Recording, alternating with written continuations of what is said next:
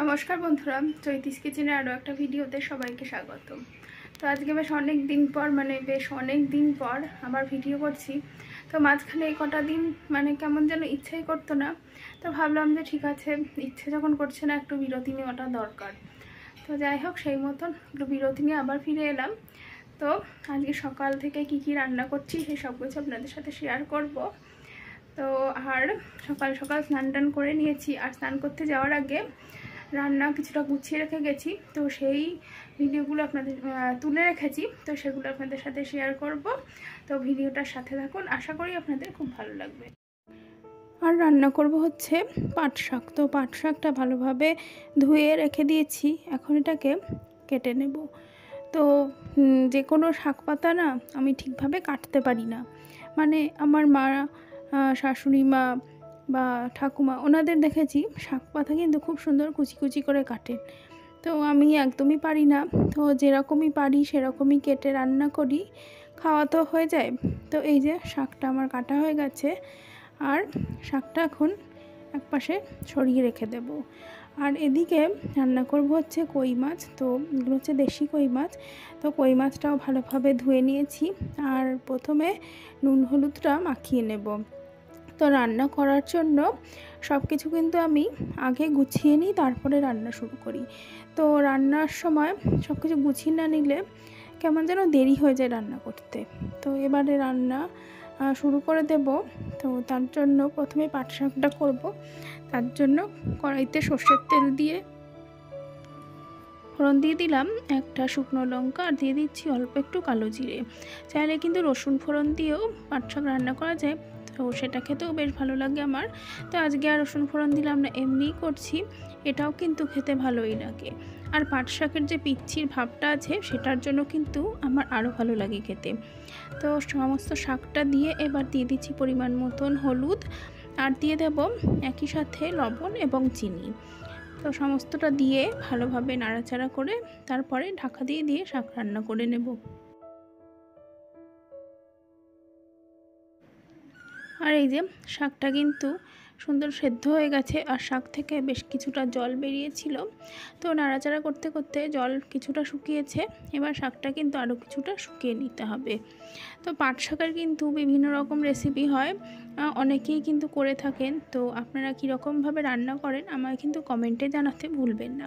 তো এই যে শাকটা কিন্তু ভাজা ভাজা হয়ে এসেছে, আর একটু নাড়িয়ে চাড়িয়ে তারপরে নামিয়ে নেব।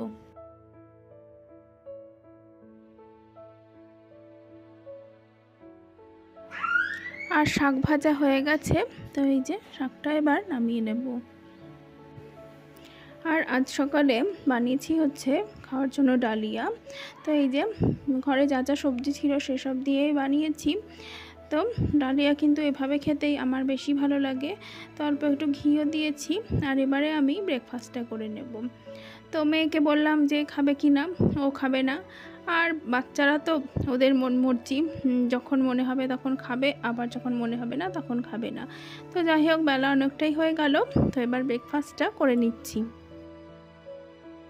আর এবারে কই মাছটা রান্না করব। তো দেখুন, আলু কেটে নিয়েছি, এখানে আদা টমেটো কাঁচা লঙ্কার পেস্ট করে নিয়েছি, আর এই যে কই মাছ আর একটু টক দই নিয়ে নিয়েছি।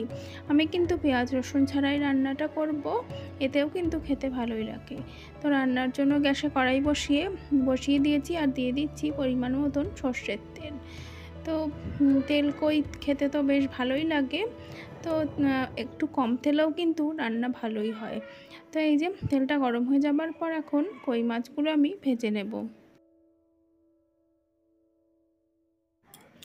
এর আগে কই মাছ রান্নার সময় আমি দেখেছি কই মাছগুলো একটু বেশি কড়া করে ভাজলে কিন্তু কেমন যেন রবারের মতো হয়ে যায়। তো সেই জন্য আমি কই মাছ সবসময় অল্পই ভাজি। আর এদিকে মাছগুলো এক পিঠ ভালোভাবে ভাজা হয়ে যাবার পর উল্টে দিয়েছিলাম, আবারও একটু উল্টে দিচ্ছি, আর একটু ভেজে তারপরে তুলে নেব।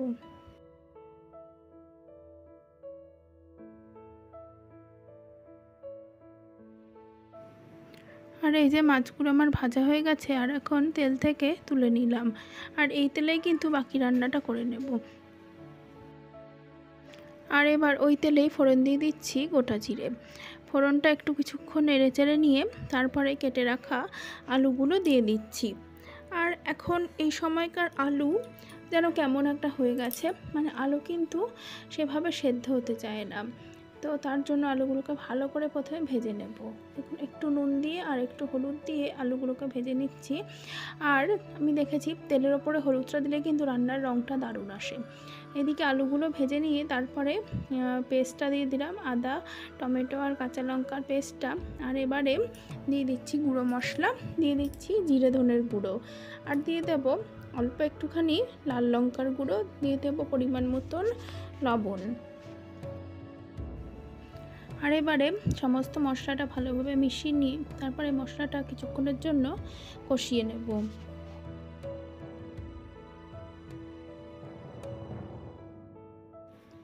সমস্ত মশলাটা থেকে তেল ছাড়তে শুরু করে দিয়েছে। এবার দিয়ে দেব ফেটিয়ে রাখা টক দই। এখানে আমি 2 চামচ টক দই নিয়েছি। আর এই যে টক দইটাকে লো ফ্লেমে কিন্তু খুব তাড়াতাড়ি মিক্স করে নিতে হবে, নাহলে দইটা কিন্তু ছাড়া ছাড়া হয়ে যেতে পারে। তাই যে দইটাকে আমি ভালোভাবে মিক্স করে এবার সমস্তটা আরও কিছুক্ষণের জন্য কষিয়ে নেব। তো এদিকে দেখুন দইটা দিয়ে ভালোভাবে কষিয়ে নিয়েছি, আর তেলটাও কিন্তু মশলা থেকে ছাড়তে শুরু করে দিয়েছে। এই সময় দিয়ে দিচ্ছি পরিমাণ মতন জল। তবে এই ধরনের রান্নায় কিন্তু খুব বেশি ঝোল ঝোল ভালো লাগে না, তো যতটা দরকার আমি ততটাই দেব। দিয়ে সমস্তটা ভালোভাবে মিক্স করে দিচ্ছি। আর দিয়ে দেব ভেজে রাখা মাছগুলো দিয়ে এবার বেশ ভালোভাবে ফুটিয়ে নেব। আমি আরেকটু জল দিয়ে দিলাম, না হলে এই আলুগুলো আবার সেদ্ধ হবে না। তো সমস্তটা দিয়ে এবার ভালোভাবে ফুটিয়ে নেব। আর এদিকে ঝোলটা কিন্তু বেশ ভালোভাবে ফুটে গেছে, বেশ ভালো ঘন হয়ে এসেছে। তবে ঠান্ডা হলে ঝোলটা কিন্তু আরও খানিকটা বসে যাবে। দিয়ে দিয়েছি অল্প একটু গরম মশলার গুঁড়ো। ব্যাস, আজকের কই মাছের ঝাল কিন্তু আমার একদম রেডি হয়ে গেছে। আর এবারে এটা নামিয়ে নেব। দুপুরবেলা গরম গরম ভাতের সাথে কিন্তু দারুণ লাগবে এই রেসিপিটা। আর বন্ধুরা, আজকের ভিডিওটা এখানেই শেষ করব। ভিডিওটা কেমন লাগলো অবশ্যই জানাবেন। ভিডিওটা ভালো লাগলে অবশ্যই ভিডিওতে লাইক দেবেন, কমেন্ট করবেন, আর অবশ্যই চ্যানেলটি সাবস্ক্রাইব করে পাশে থাকবেন।